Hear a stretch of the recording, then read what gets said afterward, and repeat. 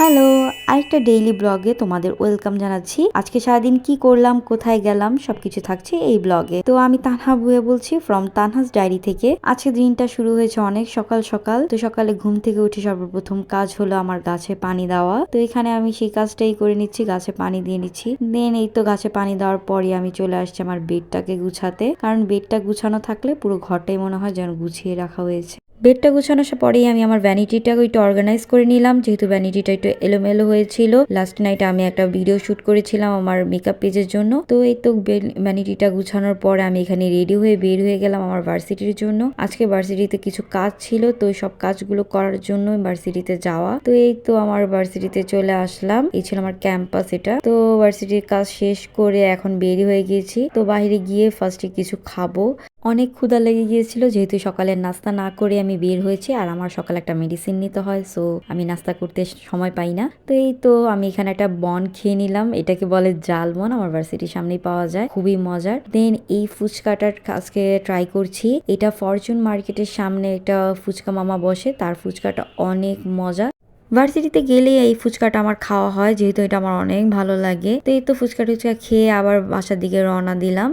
বাসায় আসার পর শাওয়ার নিয়ে লাঞ্চ করে দেন আমি একটা মেকআপ লুক শুট করতে বসি। ফাল্গুনের মেকআপ লুক ছিল। তোমরা আমার এই লুকটার টিউটোরিয়াল পেয়ে যাবে আমার মেকআপ পেজে, আমি লিঙ্কটা কমেন্টে দিয়ে দিব। সব কাজ শেষ করে আবার সন্ধ্যার দিকে একটু বের হয়ে গিয়েছিলাম আমি একটা চশমা কেনার জন্য, সাথে আমার ভাইয়ের জন্য একটা চশমা কিনবো। আজকে মেকআপ ভিডিও করার সময় আমার চশমাটা ভেঙে গেছে, তো ভাবলাম যে একটা চশমা কিনে নিয়ে আসি। তো আমি এই সেম চশমায় আবার নিয়েছি, হয়তো তোমরা দেখলে মনে করবে যে না আগের চশমাই, না এটা আমার সেম চশমায়, আমি বারবার একই চশমা ইউজ করে থাকি, তো এটা আমার ভালো লাগে এই কারণে। তো এই তো চশমা কেনার পরে চলে গেলাম একটু খাওয়া দাওয়া করার জন্য। আর এখানে আমি ক্যামেরার সামনে একটু ঢং করছিলাম, এইটা হলো আমার ছোট বোন, তো ও আসছিল। তো এই তো ঢং ঢং করছি, তোমরা আমার ঢং দেখে বিরক্ত হয়ে না আবার, আমি এমনই ক্যামেরাটা ওপেন হলে আমার ঢং শুরু হয়ে যায়। তো এই ঢং ঢং করতে করতে চলে আসলো আমাদের খাবার।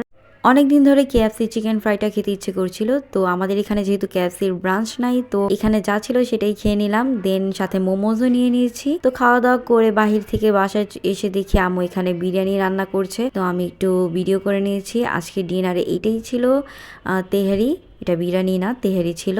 আমার আম্মু এই তেহারিটা একদমই সিম্পলি রান্না করে, আর আম্মুর হাতে এই তেহারিটা খুবই মজা হয়, ট্রাস্ট মি গাইস, খুবই মজা হয়। তোমাদের সাথে আমি অন্য কোনো ভিডিওতে এটার রেসিপি শেয়ার করব। তো আজকের মতো ছিল এতটুকুই, আবারও কথা হবে অন্য কোনো ভিডিওতে। ততদিন পর্যন্ত তোমরা ভালো থেকো। অ্যান্ড তোমাদের কাছে যদি আমার এই ভিডিওটা ভালো লেগে থাকে অবশ্যই লাইক কমেন্ট করতে ভুলো না। সো আজকের মতো এতটুকুই, আল্লাহ হাফেজ।